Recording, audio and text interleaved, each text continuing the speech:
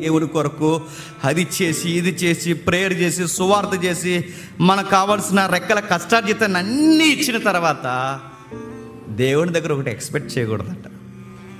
ఏంటో చెప్పిన థ్యాంక్స్ రా మై సన్ అని అండంట. ఫ్యాన్ అయిపోయిన కూర్చున్నామండి, తడిసిపోయామండి, రెస్ట్ తీసుకుందాం అనుకున్నామండి, వర్షిప్లో కంటిన్యూ అయ్యామండి, మా పనులన్నీ వంట వార్పులు అన్నీ పక్కన పెట్టొచ్చామండి, మా గృహంలో ఈరోజు సండే టైంలో ఎంత బిజీ వర్క్ ఉంటుంది అవన్నీ పక్కన పెట్టొచ్చాం, ప్రవ్వా మమ్మల్ని మెచ్చుకుంటావా అని అడిగితే దేవుడు అన్నాడట, అస్సలు మెచ్చుకున్నాను. ఎందుకు మెచ్చుకో ప్రభు అంటే, మీరు చేయవలసిందే చేశారు, ఇందులో చెప్పుకోవడానికే ఉంది.